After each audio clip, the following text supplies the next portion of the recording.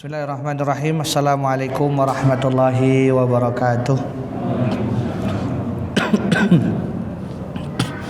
Alhamdulillah. Alhamdulillahi rabbil alamin. Wa bihi nasta'inu ala umurid dunya waddin. Asyhadu an la ilaha illallah wahdahu la syarikalah. Wa asyhadu anna Muhammadan abduhu wa rasuluh. La nabiyya wa la rasula ba'da. Allahumma la sahla illa ma ja'altahu sahla wa anta taj'alul hazna idza syi'ta sahla. Allahumma sahhil lana umurana washrah lana sudurana. Allahumma 'allimna bima yanfa'una wanfa'na bima 'allamtana warzuqna ilman nafi'an. Rabbi shrah li sadri wa yassir li amri wahlul 'uqdatam min lisani yafqahu qawli. Amma ba'd. Bapak-bapak, ibu-ibu, hadirin hadirat jamaah yang semoga senantiasa dimuliakan oleh Allah Subhanahu wa taala. Salawat dan salam, segala puji, yang pertama-tama segala puji dan syukur selalu kita panjatkan kehadirat Allah Subhanahu wa taala. Salawat dan salam selalu tercurahkan kepada baginda Muhammad sallallahu alaihi wasallam, keluarga beliau, para sahabat, para tabi'in, tabi'ut tabi'in dan orang-orang soleh yang selalu istiqomah di dalam menyebarkan dakwah dan juga ajaran beliau hingga hari kiamat kelak. Bapak, ibu-ibu yang berbahagia, sehat semua Pak? Sehat ya Pak? Sehat semua ya Bu? Alhamdulillah. Alhamdulillah, saya sepekan ini Allah coba, Allah uji Bu dengan sebuah sakit. Ini masih suara masih rada hilang, baru-baru sembuh, masa pemulihan ya. Maka alhamdulillah pada hari ini aslinya Jumat kelima aja. Jumat kelima itu kan sebenarnya jadwalnya tidak ada, tapi Mas Adi minta, Ustadz tolong diisi Jumat kelima. Maka alhamdulillah hari ini, malam ini bisa bertemu jamaah kembali. Ya, mudah-mudahan semua urusan kita dipermudah oleh Allah Subhanahu wa taala. Namun malam hari ini kita mungkin tidak membahas sirah Rasulullah sallallahu alaihi wasallam karena ini memang malam di luar jadwal. Ya, dan kebetulan qadarullah saya sakit, sedangkan buku yang saya jadikan rujukan fikih sirah karyanya Syekh Muhammad ya Al-Buti itu di pondok, kebetulan tidak saya bawa ke Solo, sedangkan saya sakitnya di Ngeruki. Maka alhamdulillah kita isi kekosongan kita malam hari ini ya dengan sebuah sirah juga, cerita, tapi bukan cerita Rasulullah, tapi cerita salah satu sahabat Rasulullah sallallahu alaihi wasallam. Ya, agar kita bisa ngambil faedah, agar kita bisa mengambil manfaat, agar juga kita lebih kenal, lebih dekat dengan orang-orang yang memang hidup bersama Rasulullah sallallahu alaihi wasallam. Beberapa hari ini kita mungkin dihebohkan dengan ya nama-nama baru yang kerap muncul di media sosial nih. Bonge, coba. Bonge, coba Mas. Artis Citayam itu. Apa Bu? Wah, hafal Ibu Bonge. Hari-hari ini kita disodorkan dengan fenomena yang luar biasa ya. Maka setidaknya kita bisa menandingi dengan apa? Dengan kita bisa mengingat nama-nama para sahabat gitu kan. Itu lebih mulia daripada kita menghafal nama-nama ya yang tidak jelas asal usulnya. Tidak jelas asal usulnya, tidak jelas bentuknya gitu. Akan tetapi viral di media sosial. Itulah fitnah kita di akhir zaman ini. Bapak-bapak, ibu-ibu yang dimuliakan oleh Allah Subhanahu wa taala, ada salah seorang sahabat senior. Ini nama sahabat ini adalah Ubay bin Ka'ab. Siapa Pak? Ubay bin Ka'ab. Ya Bu, nama beliau adalah Ubay bin Ka'ab radhiyallahu anhu. Beliau adalah salah seorang sahabat senior, sahabat yang mana masuk Islam bersama Rasulullah SAW itu di masa-masa awal. Ubay bin Ka'ab ini Masya Allah julukannya banyak sekali. Di antara julukan yang paling sering disematkan pada diri beliau adalah Sayyidul Muslimin, pemimpinnya orang-orang Islam, tokohnya orang-orang Islam. Kenapa beliau disebut demikian Bapak Ibu sekalian? Karena beliau ini menguasai ilmu yang luar biasa yang telah Allah amanahkan kepada diri beliau. Makanya beliau dijuluki Sayyidul Muslimin. Jadi kepintarannya itu sudah diakui oleh mayoritas sahabat-sahabat senior. Bahkan beliau juga dijuluki Sayyidul Qurra. Apa itu? Pemimpinnya para penghafal Al-Quran. Masya Allah. Ini tidak tanggung-tanggung gelarnya Pak Bu. Gelarnya bukan profesor, doktor lagi ya, apalagi S1 baru ya, SPDI, bukan itu lagi gelarnya, atau SSS yang lainnya. Tapi ini gelarnya sudah luar biasa ya, Sayyidul Muslimin. Saking cerdasnya beliau, saking luar biasanya beliau memahami Islam, itu sahabat Umar ibnu Khattab radhiyallahu anhu itu setiap ada orang yang datang bertanya kepada Khalifah Umar, wahai Umar, saya mau belajar, maka beliau merekomendasikan Ubay bin Ka'ab ini. Kalau kamu mau belajar, datangilah Ubay bin Ka'ab, kata Umar bin Khattab. Masya Allah. Ini tidak sembarang sahabat ya Bu, sahabat yang luar biasa terkenalnya. Bahkan kalau kita ketahui ya, Abdullah ibnu Abbas ini siapanya Rasulullah Bu? Sepupunya Rasulullah ya Pak, Abdullah ibnu Abbas, anak pamannya beliau. Berarti sepupunya. Sepupu yang Rasulullah SAW ini, Abdullah ibnu Abbas ini juga terkenal orang yang cerdas, orang yang berilmu. Nah, salah satu gurunya Abdullah ibnu Abbas adalah Ubay bin Ka'ab ternyata. Makanya sahabat yang kita bahas malam ini bukan sahabat kaleng-kaleng ya, tapi sahabat yang benar-benar mempunyai kapabilitas ilmu yang luar biasa ya. Suatu saat Rasulullah SAW pernah imam, kemudian beliau lupa Bu, kelewatan Pak satu ayat. Rasulullah ini ketika sholat ya, baca surat ayat Al-Quran, itu kelewatan satu ayat ya. Sahabat yang lain enggan membenarkan gitu ya. Malu lah Pak, masa Rasulullah imam kita mau benarin Rasulullah salah gitu kan, baca siapa kita gitu ya. Tapi Masya Allah, Ubay bin Ka'ab inilah salah seorang yang membisikkan kepada beliau bahwasannya beliau keliru dalam membaca ayat. Ketika Rasulullah salam, assalamualaikum warahmatullahi wabarakatuh, assalamualaikum Rasulullah. Kemudian Rasulullah bertanya, siapa tadi yang membenarkan bacaanku? Maka Ubay bin Ka'ab berkata, saya ya Rasulullah. Kemudian Rasulullah tersenyum, sudah saya sangka memang itu kamu orangnya. Ini menandakan hafalannya kuat, hafalan Al-Qur'annya luar biasa hebatnya. Ini sahabat Ubay bin Ka'ab. Jadi kalau anak bapak-bapak, ibu-ibu yang mau punya anak mas laki-laki, namakan Ubay. Tapi binnya bin antum, jangan bin Ka'ab. Ya, binnya bin antum misalnya.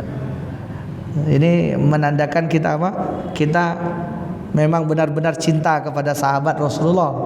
Ya, jangan dinamakan Fernandes atau siapa, apalagi Bonge tadi. Jangan dinamakan Bonge lah. Jelek sekali namanya. Suatu hari, Rasulullah SAW Bu, Pak, itu memanggil Ubay bin Ka'ab. Wahai Ubay, sini. Ubay ini terkenal dengan suaranya yang merdu, enak sekali didengar suaranya. Rasulullah bertanya, wahai Ubay, coba sebutkan, bacakan kepadaku ayat yang paling dicintai oleh Allah di dalam Al-Quran. Ini bayangin Pak, Bu, yang bertanya Rasulullah nih, yang mana Al-Quran itu turun kepada beliau Sallallahu Alaihi Wasallam. Kalau kita yang ditanya Al-Quran oleh Rasulullah, bingung kita jawabnya. Bagaimana bisa kita jawab Al-Quran itu turun kepada engkau ya Rasulullah? Ubay bin Ka'ab pun merendah tawaddu, "Ya Rasulullah, engkau dan Allah yang lebih tahu." Ditanya lagi sama Rasulullah, "Wahai Mu'ad, coba kamu sebutkan satu ayat yang mana ayat ini sangat dicintai oleh Allah." Kemudian Ubay bin Ka'ab menjawab lagi, "Allah dan Rasulnya yang maha tahu." Ditanya lagi, wahai Ubay, tolong bacakan satu ayat saja yang mana ayat ini paling dicintai oleh Allah. Akhirnya karena sudah 3 kali diulang oleh Rasulullah SAW, Pak Bu, Ubay bin Ka'ab terpaksa membaca. Yang dibaca oleh Ubay apa Bu Pak? Ayat kursi. Ayat kursi. Allahu la ilaha illa huwal hayyul qayyum la ta'khudhuhu sinatu wala naum lahu ma fis samawati wa ma fil ard man dzal ladzi yashfa'u indahu illa bi idzni ya'lamu ma baina aydihim wa ma khalfahum wa la yuhituna bi syai'in min ilmihi illa bima syaa. Gitu ya, sampai akhir ayat. Wasi'a kursi sampai akhir ayatnya. Ini yang dibaca oleh Ubay bin Ka'ab. Kemudian Rasulullah tersenyum, Bu, Pak. Benar kamu Ubay, inilah ayat yang paling Allah cintai.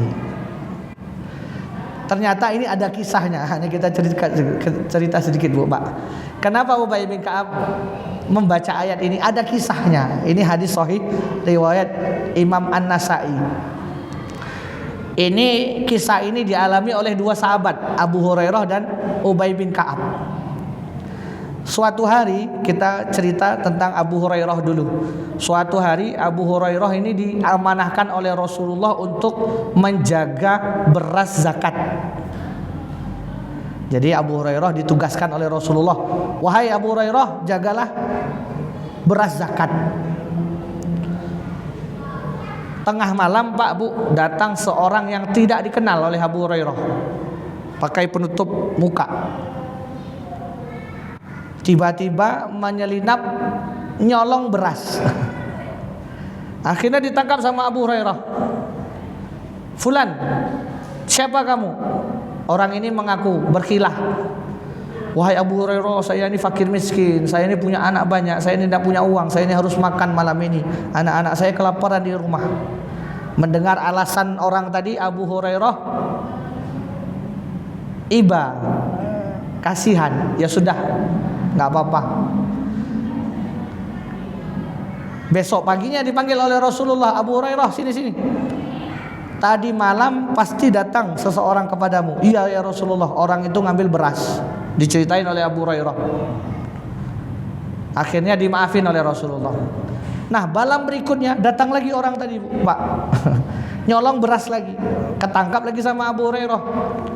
Ditanya, "Kenapa kamu nyolong lagi?" "Abu Hurairah, beras kemarin sudah habis." Banyak alasannya. "Kita belum makan, saya punya anak, saya tidak punya istri lagi. Anak-anak saya semuanya ada berapa orang belum makan, kelaparan ya Abu Hurairah. Tolong biarkan saya ngambil beras ini." Akhirnya diizinin lagi sama Abu Hurairah. Besoknya ditanya lagi sama Rasulullah, "Datang lagi enggak orang tadi malam?" "Datang ya Rasulullah." "Terus mbok biarin pergi?" Bahasa kita gitu ya. "Terus kamu biarin pergi?" "Iya ya Rasulullah, kasihan. Dia alasannya seperti kemarin lagi, dia orang miskin, punya anak banyak, belum makan 1 hari." "Ya sudahlah," kata Rasulullah. Hari ketiga datang lagi orang tadi. Wah, ini udah ketiga kalinya Abu Hurairah, wah ini enggak tak biar lolos ini. Harus tak tangkap, tak bawa ke hadapan Rasulullah. Ditangkap oleh Abu Hurairah. Ditanya sama jawabannya seperti tadi ya. Apa kata Abu Hurairah? "Udah, kamu tidak boleh alasan-alasan lagi. Sudah peng telu." 3 ya Pak. Sudah peng telu. Kamu sudah 3 kali mengulangi ini. Ayo ikut sama Rasulullah. Apa kata orang tadi? "Tahan dulu. Tunggu dulu Abu Hurairah.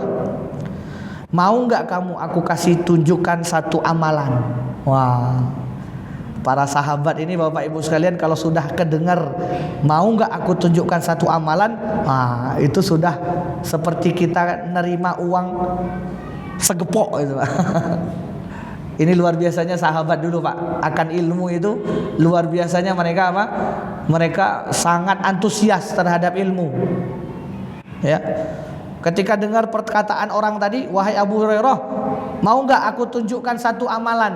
Maka Abu Hurairah langsung, wah, matanya berbintang-bintang gitu ya Pak. Matanya berbinar-binar, ya, meleleh. Wah, kayak kita ketemu uang segepok gitu ya. Boleh, apa itu? Kata Abu Hurairah, kalau kamu baca satu ayat di dalam Al-Quran, yaitu ayat kursi Pak. Ada satu ayat di dalam Al-Quran, kata orang tadi ini, di dalam surah Al-Baqarah ayatnya seperti ini, diajarin Abu Hurairah sama orang tadi. Fasih bacaan Al-Qurannya, bagus. Kalau kamu baca ayat kursi ini Abu Hurairah, Allah akan jaga kamu sampai besok pagi, tidak akan diganggu oleh jin dan syaitan. Wah, makasih kamu udah ngasih aku ilmu, dilepasin sama Abu Hurairah. Besok paginya ditanya sama Rasulullah, wahai Abu Hurairah, datang lagi nggak orang semalam? Iya ya Rasulullah, tapi aku lepasin. Kenapa? Dia beri aku satu amalan Rasulullah. Apa itu? Setiap malam baca ayat kursi. Kalau kita baca ayat kursi sebelum tidur, maka kita akan dijaga oleh Allah, ya, dari mara bahaya setan dan gangguan-gangguan jin terkutuk sampai besok pagi. Apa kata Rasulullah? Sodaqokal al-khabith, sodaqokal al-kadhib. Benar Abu Hurairah, orang tadi sudah jujur kepadamu, tapi sesungguhnya dia adalah seorang pendusta. Wah, ini Pak. Orang tadi jujur, tapi sebenarnya dia seorang pembohong. Ini Bapak-Ibu sekalian. Jadi kita tidak boleh menilai seseorang itu dari zohirnya saja Pak. Kadang pembohong itu bisa berkata jujur. Nek wes kepepet jujur gitu Pak. Pembohong tapi bisa berkata jujur. Fa innahu syaiton, kata Rasulullah. Tahu nggak Abu Hurairah, dia tadi itu seton. Jadi Abu Hurairah ini Pak Bu diajari seton apa? Baca ayat kursi. Ini hadis kenapa ayat kursi ini luar biasa faedahnya. Jadi Bapak Ibu sekalian, kalau ada jin yang ngambil harta itu benar adanya Pak. Tuyul ya kalau sekarang ya. Tuyul itu benar adanya. Kalau ada jin harta kekayaan kita diambil hilang, itu benar Pak. Hadisnya ini tadi. Jin itu bisa mencuri, dia berbentuk manusia lah atau berbentuk tuyul lah. Tuyul itu sebenarnya jin Pak, cuma dia menyerupai anak kecil lah. Ya, tuyul, jin, setan ini Allah beri dia suatu kelebihan, bisa meniru suatu bentuk, suatu makhluk. Jadi yang nyuri beras zakat tadi siapa? Jin. Ketika disebutin tadi ketawa Abu Hurairah, aduh ya Rasulullah, aku dikibuli sama jin. Tapi jinnya mantap ya Pak, hafal ayat kursi ya. Makanya kalau kita yang nggak bisa ngaji, jangan sok-sokan ruqyah ya Pak. Nanti mau ngeruqyah malah dibenerin sama jinnya. Salah bacaanmu, ini loh yang benar kata jinnya. Saya punya cerita dulu Pak Bu di Iskarima. Ini ketika kita ngeruqyah gitu ya, santri-santri ada orang kesurupan, kita cobalah belajar ruqyah. Dalalah yang ngeruqyah teman saya. Teman saya ini bacaan Al-Fatihah, bacaan Qur'annya tuh ya bisa dibilang ya 60 ke bawah lah bacaannya gitu ya. Dia pede tapi Pak, di ruqyahnya baca Bismillahirrahmanirrahim gitu kan. Apa diguyu sama yang kemasukan setan. Bacaan Al-Fatihahmu amburadul. Sinau sek sana baru ngeruqyah aku. Wah, setannya sombong. Lebih bagus lagi ngajinya setan daripada ngajinya dia. Ini mentalnya kena tuh. Habis itu dia nggak mau ruqyah lagi. Nggak pede katanya. Kenapa? Wah, aku diejek sama setan karena bacaannya nggak bagus gitu ya. Ini kisah Abu Hurairah dikasih amalan sama setan. Jadi setan itu Pak Bu memang dia banyak berbohong. Tapi syaitan ini juga punya kabar yang memang dia curi dari para malaikat, termasuk kabar tadi. Ya, jadi kalau kita pingin ya setan ini kita terlindungi dari setan, maka sebelum tidur baca ayat kursi. Nah, hal seperti ini terjadi juga oleh Ubay bin Ka'ab tadi, Bu, Pak. Ubay bin Ka'ab tadi dia punya lumbung. Lumbung itu apa, Pak? Lumbung itu apa? Tempat penyimpanan ya. Orang-orang zaman dulu kan kalau panen padi, beras itu disimpan di lumbung ya, sampai setahun itu kan. Stok makan 1 tahun misalnya. Ubay bin Ka'ab ini punya lumbung kurma. Jadi yang disimpan itu kurma, buah-buah kurma. Ketika Ubay bin Ka'ab ini periksa, kok tiap hari kurmanya hilang. Awalnya penuh, kok tiba-tiba hilang 1/4. Besoknya dicek lagi sama dia, loh kok hilang lagi setengah? Siapa yang ngambil? Ditanya sama keluarganya, nggak ada yang tahu. Besoknya lagi ternyata benar, hilang lagi. Woi, siapa yang berani nyuri kurma saya nih, kata Ubay bin Ka'ab. Akhirnya dia putuskan malam itu untuk jaga malam, ngeronda.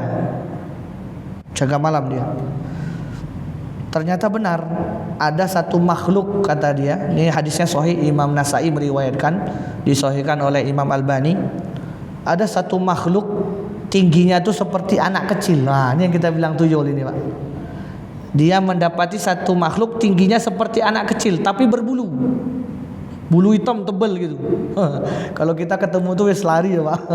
Tapi para sahabat kuat imannya. Ditanya oleh Ubay bin Ka'ab, "Wahai makhluk, kamu jin atau tidak?" Awalnya disalam dulu, "Assalamualaikum." "Waalaikumsalam," jawabnya. Wah, tambah berdeni ya, Pak. Ada makhluk hitam gitu kan, bulu semua, tengah malam lagi. "Assalamualaikum." "Waalaikumsalam." "Kamu jin atau apa?" "Saya jin," kata makhluknya. Kalau kita mungkin udah lari duluan ya, Pak. Ini para sahabat imannya kuat. "Kalau iya kamu jin, coba tunjukkan tanganmu." Dipegang sama Ubay bin Ka'ab tangannya, Pak. Kata Ubay dalam hadis tadi, tangannya itu seperti tangan anjing, kaki anjing. Jadi berbulu hitam, terus kayak kaki anjing lah gitu ya, ada kukunya gitu kan. Ditanya sama Ubay bin Ka'ab, "Apakah semua jin bentuknya kayak gini? Apakah Allah menciptakan jin itu, kamu makhluk-makhluk seperti kamu ini bentuknya seperti ini semua?" Apa kata jin tadi? "Ya, kamu dah tahulah Ubay, kami ini kan makhluk yang paling hina." Jinnya apa? Jinnya nyadar dia makhluk yang paling hina. Ya seperti inilah Allah ciptakan kami, kata jin. Kami ini makhluk yang hina, ya wahai Ubay, katanya. "Terus ngapain kamu kemari?" "Saya dengar dari teman-teman saya bahwasanya kamu itu orang yang suka berbagi, Ubay." Wah, jinnya pinter. "Kamu itu suka berbagi, makanya aku datang kemari pengen ngambil kurmamu." Kata jinnya. "Oh gitu toh?" "Iya." "Wah, tidak boleh seperti itu," kata Ubay. "Sini, kamu tak bawa sama Rasulullah." "Jangan. Aku takut sama Muhammad," kata jinnya. "Aku takut sama Muhammad. Jangan bawa aku ke sana." "Mau nggak kamu lepasin aku, Ubay? Aku kasih satu amalan," kata si jin tadi. "Kalau kamu baca ini di malam hari, Allah akan utus malaikat untuk menjaga kamu sampai besok pagi. Kalau kamu baca ini di pagi hari, Allah akan utus satu malaikat menjagamu sampai sore hari. Mau nggak?" Lagi-lagi Pak, sahabat ini tertipu dengan apa? Dengan amalan kebaikan yang ditawarkan syaitan tadi. Itulah sahabat-sahabat dulu tuh sangat antusias terhadap ilmu. Boleh, apa itu amalannya, kata Ubay? "Bacalah salah satu ayat di dalam Al-Quran, yaitu ayat kursi." Dibacalah oleh jin tadi. Akhirnya peristiwa tersebut diceritakan oleh Ubay bin Ka'ab kepada Rasulullah. Rasulullah pun membenarkan. "Shadaqaka al-khabith," kata Rasulullah. Sungguh benar orang yang menceritai ya hal tersebut kepada kamu, dan dia adalah jin dan syaitan. Ini Pak ceritanya, Bu. Kenapa Ubay bin Ka'ab tadi baca ayat Al-Kursi. Jadi ayat Al-Kursi ini tidak main-main, Pak, Bu. Kalau kita ingin terhindar dari yang namanya santet, terhindar dari yang namanya gangguan jin, terhindar dari yang namanya orang-orang yang dengki sama kita, ngirim bukhul, ya, apapun itu, dukun-dukun, ya, bacalah ayat kursi setiap pagi dan petang. Zikir sore perkuat Bu, Pak. Kalau kita perkuat diri kita dengan zikir sore, kita akan bentengi diri kita dari gangguan-gangguan syaitan. Nah, ini banyak sekarang yang lagi-lagi viral ini Bapak Ibu sekalian. Ya, tukang dukun ngaku-ngaku ustad, saya nggak usah sebut lah namanya. Ya, tukang dukun orang-orang Blitar itu ya, yang baru-baru viral sekarang yang gondrong rambutnya itu. Wow, kasihan orang-orang sudah sakit kena gangguan jin, malah ditipu. Gitu ya. Katanya rumahnya disantet. Wow, pas dicari-cari, coba kamu lihat di atas atap sana, nggak ada apa-apa.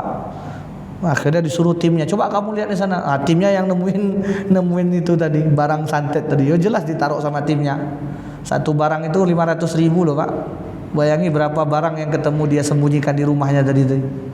Lumayan ya, 5 barang sudah 2,5 juta ya. Belum lagi pengobatannya dan segala macamnya. Ini kasihan orang-orang yang nggak paham agama ini malah kena tipu sama dukun-dukun ini. Dukun itu semuanya penipu Pak. Dukun-dukun itu semuanya bala tentaranya seton. Jadi jangan kita sesekali percaya sama dukun. Jangan sesekali percaya dengan tahayul. Apalagi ini mau 1 Muharram Pak, Masya Allah. Mau 1 Muharram, saya mudah-mudahan jamaah kita ini tidak ikut-ikutan lah pawainya Kiai Selamet itu. Biasanya pawai kan dia Pak, tawaf dia kan biasanya, tawaf kan dari alun-alun kidul sampai kemana itu kan. Nah, janganlah ikut-ikutan acara kayak gitu Pak. Itu apa? Itu melunturkan akidah kita. Ya, kita kalau sudah mengucapkan la ilaha illallah itu la ma'budu bihaqqin illallah, tidak ada yang patut kita sembah kecuali Allah. Ya, apapun bentuk ritual peribadatan yang mana itu bukan untuk mengagungkan dan menyembah Allah, maka itu syirik semuanya Pak. Jadi jangan sampai kita ikut-ikutan seperti itu, ngambil teleknya lah. Nanti teleknya ini ditaruh ke muka awet muda. Ya, ngambil teleknya lah, nanti ditaruh di toko biar laris penglaris katanya. Apa gitu Pak? Saya mohon maaf Pak, kerbau bule itu Pak, kerbau bule itu kan Kiai Selamat itu kerbau bule ya. Kerbau bule itu Pak di Aceh itu bejibun Pak. Apakah itu keturunannya Kiai Selamat sampai ke Aceh gitu kan? Di Aceh itu kerbau bule itu Pak banyak dilepas orang di pinggir pantai. Makanya saya ketika ngelihat Mbah Selamat, udah biasa kerbau bule ini, tak pikir kebo emas juga gitu kan. Kalau kebo emas itu entahlah. Nah, kebo bule ini di Aceh itu banyak, tapi nggak pernah diagungkan gitu loh. Malah untuk sembelihan kurban enak tuh daging kerbau tuh Pak. Direndang apalagi, mantep. Ya, rendang itu bukan daging sapi Pak, daging kerbau. Kalau daging sapi ini orang-orang Sumatera Barat terutama, kalau masak rendang tuh bukan daging sapi sebenarnya Pak, daging kerbau. Karena karakter serat daging kerbau itu lebih identik, lebih kasar daripada sapi. Alot dagingnya Pak. Makanya masak rendang itu sehari semalam Pak, dari pagi sampai besok pagi. Masaknya tuh pakai kayu bakar gitu. Itu rendang yang mantap, bukan rendang nasi Padang Wonogiri. Warung makan Padang Solo ini kan kebanyakan orang Wonogiri, bukan Padang asli. Ya, ada 1-2 yang Padang asli. Nah, kalau di Padang asli itu masak rendang pakai daging kerbau tadi. Makanya tidak heran kerbau bule di sana banyak yang albino itu banyak. Nah, makanya saya heran kok di sini kerbau bulenya ternyata seperti itu. Ternyata ya tadilah. Ya. Terus kemana lagi Pak? Ke pantai selatan. Ya, sembelih kerbau kepalanya dikasih ke Nyai siapa Pak? Nyi Roro Kidul. Ibu ya hafal semua Ibu. Masya Allah Ibu. Nyai Roro Kidul, saya tidak ngerti itu. Nah, itu kan jin-jin semua itu Pak Bu. Ya, ngapain kita ngasih ritual ngasih makan jin? Ya, dan itu dijadikan kepercayaan. Kalau kita tidak melaksanakan tadi akan ada malapetaka, musibah. Itu semua hasilnya dari Allah, bukan dari jin-jin tadi. Jin-jin tadi tidak mampu melakukan apapun. Baik, kita kembali tadi ke sahabat Ubay bin Ka'ab. Nah, ada sebuah nasihat bagus nih Bu, kita sebelum tutup closing tentang Ubay bin Ka'ab ini. Ada sebuah nasihat bagus, ini mudah-mudahan bisa jadi patokan dari diri kita. Apa kata Ubay bin Ka'ab? Orang mukmin itu hidupnya itu mesti berputar kepada 4 hal ini saja. Ciri-ciri orang mukmin, hidupnya orang-orang yang beriman itu mesti kalau enggak yang pertama, yang kedua, yang ketiga, yang keempat, balik lagi yang pertama. Jadi karakter orang mukmin itu hanya berputar di 4 perkara ini saja, kata Ubay bin Ka'ab. Ini kita kalau mudah-mudahan bisa ngambil manfaat. Yang pertama apa? Idza betuliya sabaru. Ciri-ciri orang beriman yang pertama itu Bapak Ibu sekalian, ketika dicoba, diuji, dia sabar. Idza tuliya sabaru. Ketika diuji dia sabar. Orang-orang beriman itu ketika diuji dia enggak pernah ngeluh, Pak. Ketika diberi sakit dia tidak pernah ngeluh, dia sabar. Orang-orang beriman ketika ditimpa musibah, ya, dia tidak pernah mengeluh. Ya. Ini ciri-ciri orang yang beriman, Pak. Apa kata Imam bin Uqayyim? Imam bin Uqayyim mengatakan bahwasannya orang-orang beriman itu ketika dihadapkan kepada sesuatu yang merugikan dirinya, dia hatinya tidak marah, lisannya tidak mengeluh. Ini Pak, perhatikan perkataan Imam Ibnu Qayyim. Orang-orang yang beriman ketika diuji oleh Allah Subhanahu wa taala kepada dirinya hal yang membuat dia susah, membuat dia sengsara, itu hatinya tidak pernah marah, lisannya tidak pernah mengeluh. Ini ciri-ciri orang beriman, Pak.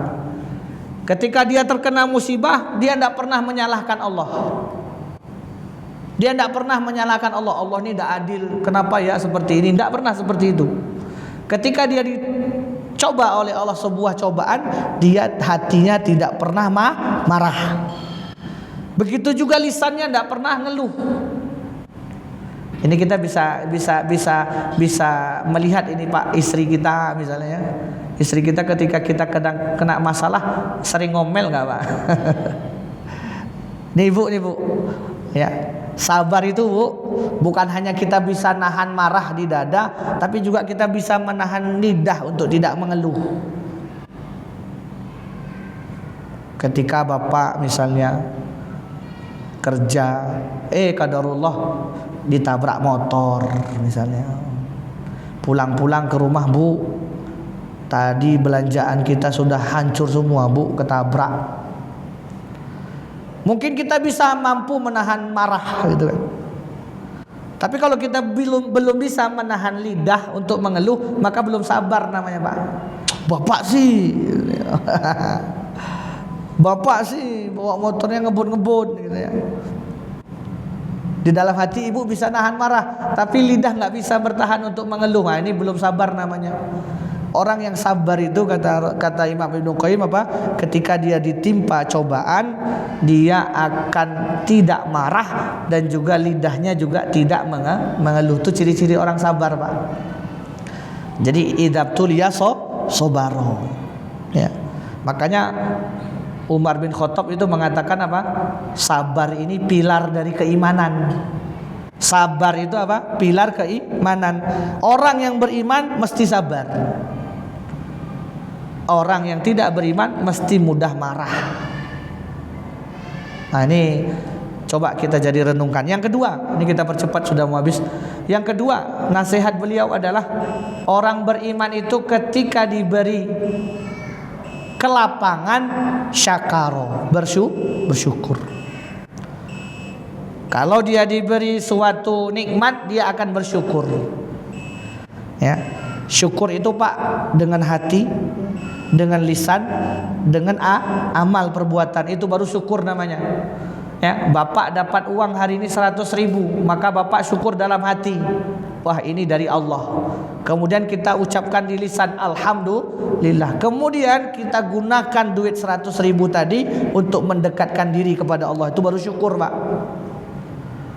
Jadi kalau kita nerima nikmat tapi kita belum melakukan nikmat tadi untuk kebaikan, mendekatkan diri kepada Allah, kita belum termasuk orang yang bersyukur. Apa kata Imam Hasan Al-Basri? Ya, Imam Hasan Al-Basri mengatakan bahwasannya Allah akan memberikan nikmat kepada seseorang yang dia kehendaki.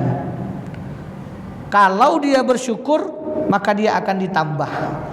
Kalau dia tidak menggunakan nikmatnya tadi untuk mendekatkan diri kepada Allah, maka nikmat tadi akan menjadi siksa, azab. Ini perhatikan perkataan Hasan Al-Basri, Pak Bu. Kalau dia diberi nikmat bersyukur, Allah tambah. Kalau dia diberi nikmat tapi dia tidak mau mendekatkan diri kepada Allah, nikmat tadi jadi siksa bagi dirinya. Bapak punya mobil, senang ya Pak? Senang dikasih mobil tiba-tiba sama Pak Gibran gitu kan. Ini dapat hadiah gitu kan. Mobil Innova misalnya. Innovanya Ribbon lagi. Masya Allah, Venturer lagi.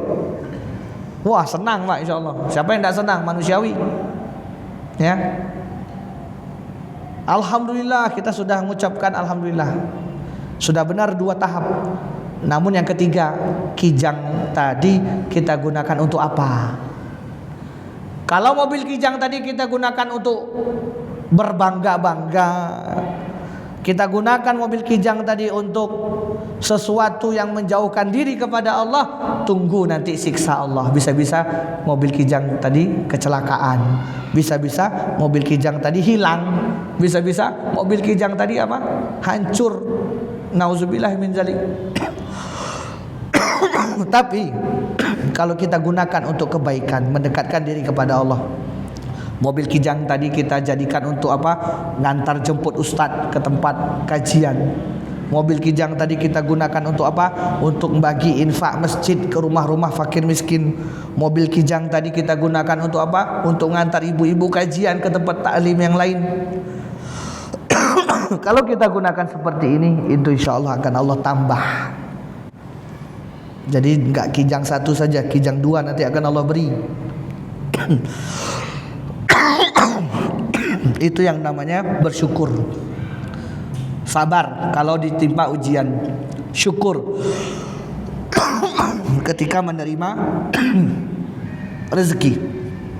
Yang ketiga, nasihat beliau Ubay bin Ka'ab ini Pak, jujur ketika ngomong. Orang yang beriman itu kalau ngomong mesti jujur. Perkataan yang keluar dari kata-katanya, dari lisannya itu perkataan yang jujur, tulus, ikhlas.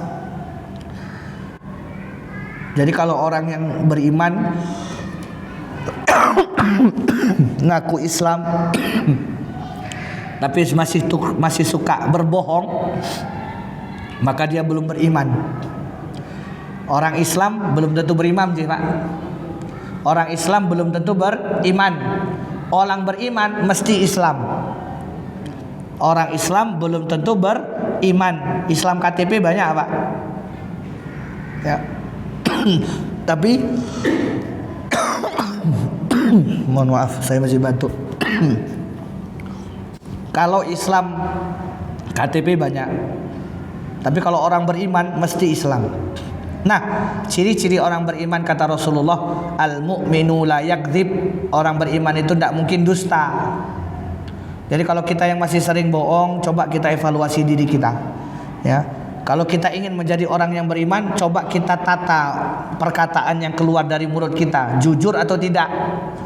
Jangan sampai kita berbohong untuk menertawakan orang lain. Ini tidak boleh Pak.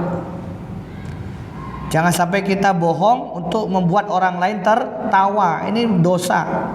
Jangan sampai kita berbohong agar orang lain apa? Mau dekat dengan kita. Jangan sampai kita berbohong agar orang lain suka kepada kita. Berkatalah yang jujur. Ya. Qulil haq walau kana murran, kata para ulama. Katakan yang jujur meskipun pahit. Ini konsekuensi iman. Apa tadi Pak? Yang pertama sabar. Yang kedua syukur. Yang ketiga jujur. Yang keempat nasihat beliau adalah kalau dia berlaku atau bertindak mesti adil. Orang yang beriman kalau dia berlaku atau bertindak atau dia membuat keputusan mesti adil. Adil itu apa? Adil itu bukan membagi sama rata, menimbang sama berat. Tidak, bukan itu adil. Adil itu bukan memberi sama banyak atau menimbang sama berat. Itu bukan adil namanya. Yang dimaksud dengan adil di sini adalah memberi atau meletakkan sesuatu pada tempatnya. Ini kata Imam Ali bin Abi Thalib. Salah satu makna dari adil itu apa, Pak? Lawan dari zolim, meletakkan sesuatu pada tempatnya. Ini aqua, ini tutup minumnya. Tutup ini letaknya di atas nih. Kalau kita meletakkan tutup ini di bawah, nah itu zolim namanya, Pak. Maka adil itu apa? Kita meletakkan sesuatu pada tempatnya dan porsinya. Itu adil. Ya. Bapak punya kopiah itu letaknya di kepala peci. Nah, kalau peci letaknya di dengkul itu bukan peci namanya, Pak. Apa itu, Mas? Safety itu ya, untuk orang naik sepatu roda itu ya di situ taruhnya. Itu namanya adil. Bapak punya sepeda ya untuk dinaiki. Tapi kalau bapak punya sepeda untuk ditenteng, namanya bukan adil, zolim namanya. Bapak punya tangan ini untuk apa? Untuk memberi kasih sayang, untuk memberi sedekah kepada fakir miskin. Tapi bapak punya tangan ini bapak gunakan untuk memukul, itu namanya zolim. Maka adil itu lawannya zolim. Orang mukmin itu, Pak, mesti berkutat terhadap 4 ini hidupnya. Kalau tidak dia sabar, pasti dia orang yang bersyukur. Kalau dia tidak orang yang bersyukur, mesti dia orang yang jujur. Kalau dia tidak orang yang jujur, mesti dia orang yang adil. Orang beriman tidak mungkin keluar dari 4 ini.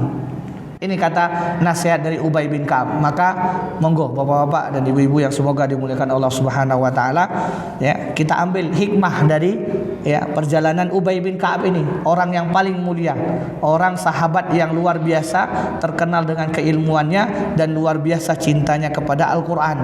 Ya, maka ini menjadi wejangan untuk kita bersama, nasihat untuk kita bersama, ya, terutama diri yang fakir ini Ridwan dan juga para jamaah semua. Mudah-mudahan kalau kita ingin menjadi orang beriman, coba usahakan salah satu dari 4 ini. Syukur-syukur bisa kita borong semuanya. Ketika kita dapat musibah kita bisa bersabar, ketika mendapat keluangan atau nikmat kita bisa bersyukur, ketika kita ngobrol yang jujur-jujur, ya, ketika kita berlaku atau bersikap, kita bersikap dengan adil, gitu ya. Kata sebagian ulama juga menafsirkan adil ini apa? Takwa. Adil ini apa, Pak? Takwa. Ya. Adil ini adalah menjalankan perintah Allah, meninggalkan larangan Allah. Kalau sudah demikian pasti dia tidak akan berani mengurangi timbangan. Kalau sudah demikian pasti dia tidak akan berani, ya, membagi dengan tidak sama rata. Maka dari itu ini nasihat yang bisa kita kutip dari sahabat Ubay bin Ka'ab, ya, mudah-mudahan bermanfaat. Ya, kita tutup dengan doa kafaratul majlis. Subhanakallahumma wa bihamdika asyhadu an la ilaha illa anta astaghfiruka wa atubu ilaik. Wabillahi taufik wal hidayah. Assalamualaikum warahmatullahi wabarakatuh.